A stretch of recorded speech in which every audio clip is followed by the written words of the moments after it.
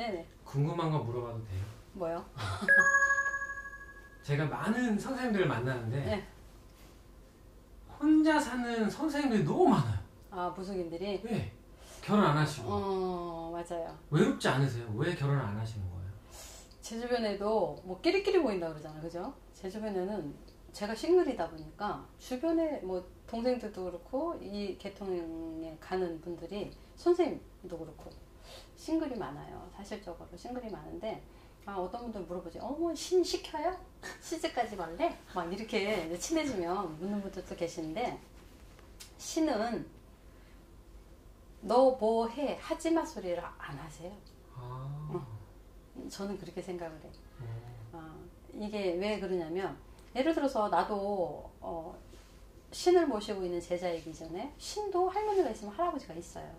음과 양은 뭐든지 뭐 조화로워야 되는데 이상하게 유일하게 무속인들이 싱글로 많이 사는 분들이 많은 이유가 사람에 따라서 조금씩 이제 뭐 본인들의 뭐 사정은 다 있겠죠. 근데 예를 들자면 저를 예를 들자면은 그전엔 있었죠. 지금은 이제 나이가 먹어서 그렇지만 저도 이제 젊을 때가 있었을 거 아니야.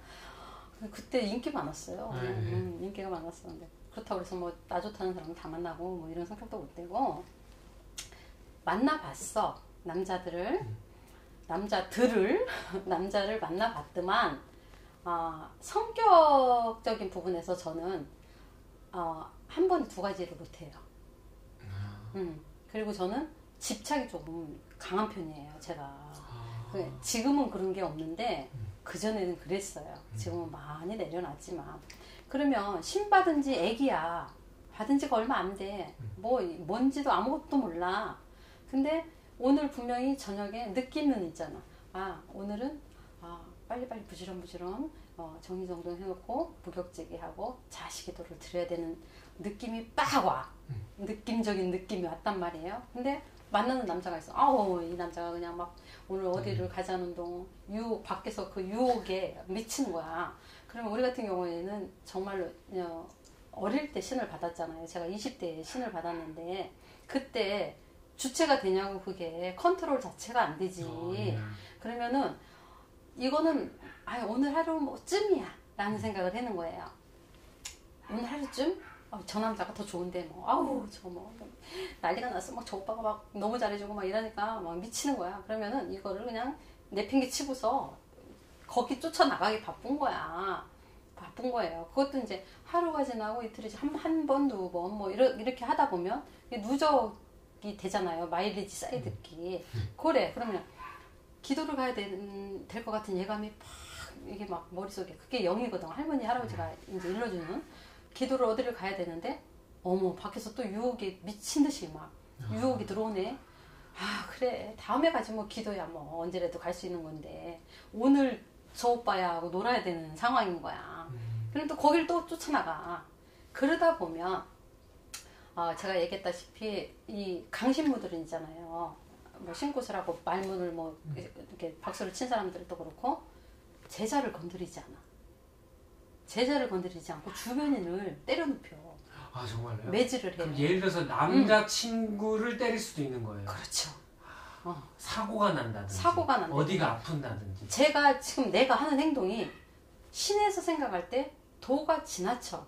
이쯤에서 제어를 해줘야 될 필요성을 느꼈다고 신에서 판단을 했을 때는 분명히 왜 신에서는 계속 영감을 주잖아요. 기도도 가야 되고 어디도 어떻게 해야 되고 이런 상황인데 그거를 등한시하고 남자를 쫓아다니고 데이트를 가고 할머니 할아버지 말씀을 안 듣고 이렇게 하다 보니까 이게 마일리지가 쌓듯이 이제 괘씸죄 이게 괘씸죄라는 누적이 이제 막 쌓이는 거야. 그러다 보면은 그래? 너 제가 그렇게 좋아? 한순간에 이 남자를 뭐 눈을 어떻게 해가지고 뭐 양다리를 걸치게 만든다든가 응? 그렇게 잘하던 남자가 변심을 하게 만든다든가 아니면 그 남자가 되는 일이 없게 만든다든가 예를 들자면 뭐 내 주변에 내가 정신을 차릴 수 내가 이제 뭐 소중하게 생각하는 게 있을 거 아니야. 엄마를 소중하게 생각하든 아빠를 소중하게 생각하든 아니면 부모도 몰라보고 저 남자한테 너무 미쳐 있어. 그럼 걔를 건드리는 거야. 제가 무수히 그거를 느껴봤어요. 경험을 해봤어. 그러다 보니까 이게 이제 자꾸 쌓여요. 아유, 그래도 이쯤에서 뭐 세월이 이렇게 지났는데, 아유, 뭐 혼자 밥 먹는 것도 싫고, 아침에 뭐 아무 생각도 없이 일어났는데, 뭐 의기소침해지고, 뭐 못도 쳐야 되는데, 그럴 때마다 사람 불러 돈 줘가지고 못 쳐야 되고, 남자를 하나 사귀어야 되겠다. 그런 마음이 인간인지라 있잖아요. 그럼 또 남자를 만나. 어째서 그렇게 꼬여. 그래서 만나면 여지 없어. 근데 이거를 이쪽에도 1순위가 신이 되어야 되는데, 사람은 참 이게 미련한 게 인간인지라 마음에서는 알아. 생각은 해, 항상 1순위여야 된다는 생각을. 근데 정말로 뭐 한 180 막 몇 대는 쭉 빠진 머시마가 나한테 막 잘해봐. 현혹이 되죠. 그죠? 넘어가게 돼 있어요. 그러다 보면 또 등한시하게 돼요. 이거를 몇 번 반복을 하다 보니까 왜 어느 날 이런 생각을 했어. 그리고 또 이게 있어요. 이제 무속인 분들이 소위 이제 굉장히 이런 말들을 많이 해. 결혼하시는 분들이 얼마 못 살고서 신을 받고서 얼마 못 사시고 이혼들을 하는 분들도 많거든요. 근데 처음에 그분들이 다 하시는 일맥상통하게 하시는 분들이 기도를 가야 되는데 자꾸 남편이 내일 기도 가려고 음식도 가려 뭐도 가려 언행도 가려 다 가리고 있는데 부부관계도 못 하잖아요. 막 달려들고 난리가 안 되는 거지. 그거에 이제 스트레스가 너무너무 쌓이고 이렇게 하다 보니까 또 뭐 이렇게 싫은 내색을 하면 남편이 또 가만히 있겠습니까? 뭐 몇 날 며칠 또 난리가 난데 그렇게 해갖고 그게 쌓여갖고 참을 수가 없어가지고 그런 분들은 신을 1순위로 생각하는 거잖아. 근데 저는 그게 마인드 컨트롤이 안 되더라고요, 어릴 때. 그러다 보니까 기도 날 예를 들어서 너 법당에서 3일 기도 올려라 이랬는데 하루 하고서 이틀을 그 남자하고 띵가띵가 놀러 다니고 막 이러니 무슨 상황이 되겠습니까? 그러다 보니까 이제 세월이 자꾸 지나고 이러다 보니까 본의 아닌 포기를 하게 되는 거야. 내 입장에서 포기를 하게 되고 그리고 남자를 이렇게 만나면 직업적인 이런 게 또 반영이 많이 돼요. 저 남자가 나를 좋다고 하는데 저 남자가 진짜 괜찮은 사람인가?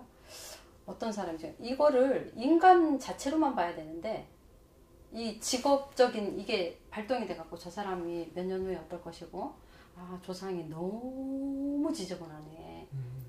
그럼 내가 지금 하는 일에 저 남자를 길게 만나면 저 집 귀신들이 와갖고 걸리는 게 너무 많아. 됐어. 피곤해. 이렇게 되는 거야. 선생님. 네. 궁금한 게 있는데 아까 이제 백일 기도하거나 기도할 때 부부관계를 하면 안 된다는 거 왜 안 된다는 거예요? 근데 이게 저는 거기에 약간의 어폐가 있다고 저는 생각을 해요. 생각을 하는데 예를 들어서 제갓집에 뭐 기도를 받아놨어. 그것과 내 스스로의 기도, 내 자신의 내 집안의 나와 연결된 거 그런 부분의 기도는 약간 맥락이 좀 틀리다고 생각을 합니다. 근데 예를 들어서 제갓집에 무슨 아주 중요한 일 때문에 7일 기도를 받아놨어요. 그분이 굳이 돈을 따지기보다는 정말 소중한 금전이잖아요. 그분이 그 돈이 어떤 돈이겠어. 간절함이 진짜 쌓여서 응어리진 돈을 갖다가 얹고 무엇인가 바람이 있어서 신 앞에 기도를 올릴 때에는 저는 예의는 지켜야 된다고 생각을 하거든요. 예의는. 분명히 예의는 지켜야 돼.